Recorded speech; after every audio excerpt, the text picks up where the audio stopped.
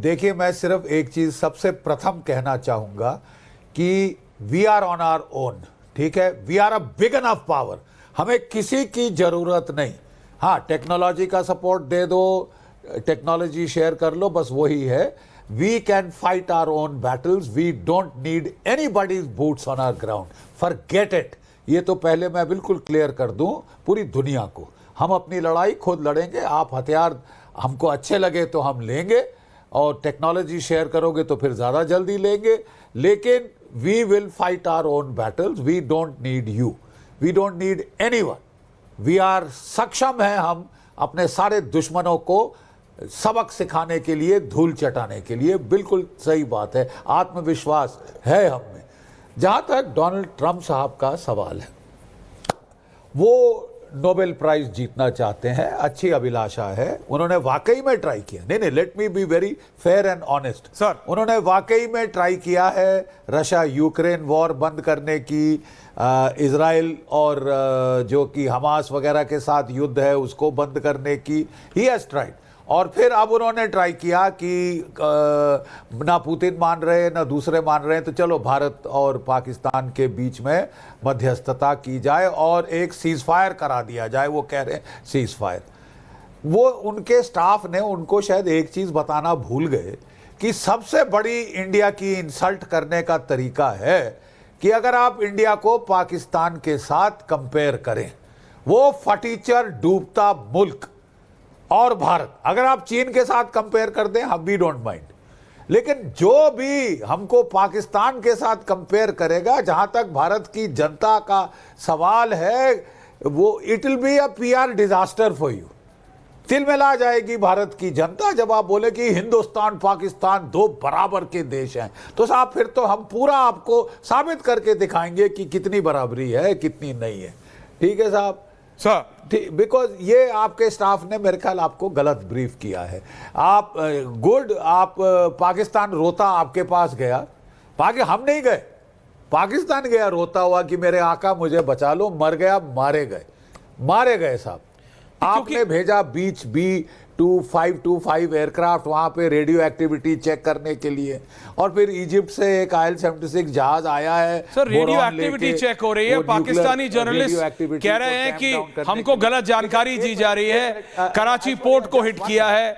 Radiation की बात जो जनरल साहब कह रहे हैं वो वहां का एक नहीं, इंटरनेशनल मीडिया रिपोर्ट कर रहा है। देखिए, पाकिस्तान के परखच्चे उड़े हैं colonel, and there is no doubt about it.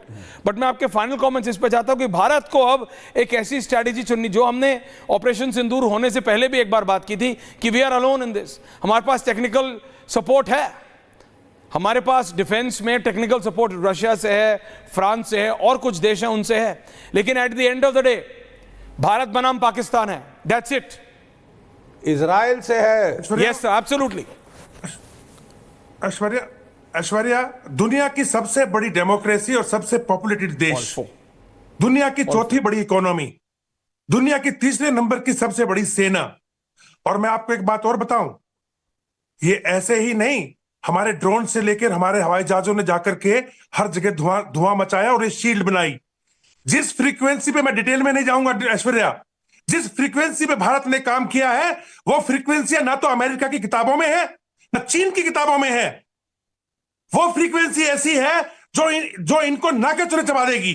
और रही बात चीन की, चीन हमारे मित्र देश रूस से कोई एहसान नहीं कर रहा, उनको लूट रहा है, एनर्जी ले रहा है सस्ते में, और उनको सामान बेच रहा है। वही ईरान के साथ कर रहा है। अमेरिका हमारे साथ में कोई भी किसी भी प्रकार का कोई पॉजिटिवनेस नहीं दिखा रहा है। मैं समझता हूं कि आज की तारीख में हमने गलती की थी तिब्बत को रिकॉग्नाइज करके, but we can take our decision back. That was a mistake. जी, आज भी दलाई लामा हमारे देश में है, मुस्लिम नेताओं के माध्यम से बात उठा सकते हो विगर मुसलमानों की, जहां जुल्म हो रहे हैं ह्यूमन राइट्स के, क्यों नहीं करेंगे? हिम्मत नहीं। तो मैं समझता हूं, I request the government, this is high time, we should start replying them in their language. बात सही है आपकी सर, उनको हम जवाब दे देंगे, उनके लिए हम स्ट्रैटेजी बना लेंगे, लेकिन रोहित, जो हमारे घर में बैठे हैं ना, ये जो देश में बैठे हैं, जो मौका ढूंढ रहे हैं पॉलिटिकल ब्राउनी पॉइंट्स का, कि ये मौका है, ये घेरने की कोशिश करो, उनको देश की जनता मुंह तोड़ जवाब देगी। और जहां तक देश के दुश्मनों की बात है, हम अपनी स्ट्रैटेजी तैयार कर रहे हैं। ओनली मी, बहुत बहुत धन्यवाद आप सबका। थैंक यू जनरल साहब, thank you colonel, thank you commander, thank you. Can I have the map 60-40 for a minute? मैं सिर्फ ये बात बता रहा हूं, ये अपने जहन में डाल लीजिए। अमेरिका अपना फायदा सोच रहा है, चीन अपना फायदा सोच रहा है, रशिया वक्त आने पे भारत के साथ रहता है, इसमें कोई दो राय नहीं है। लेकिन प्रेजेंट सिनेरियो में रशिया की इकोनॉमी चाइना से कितने डिपेंडेंट है या चाइना पे कितनी निर्भर है, वो चाइना पे कितना साथ हो गया है, उसके चक्कर में कहीं ना कहीं वी आर अलोन।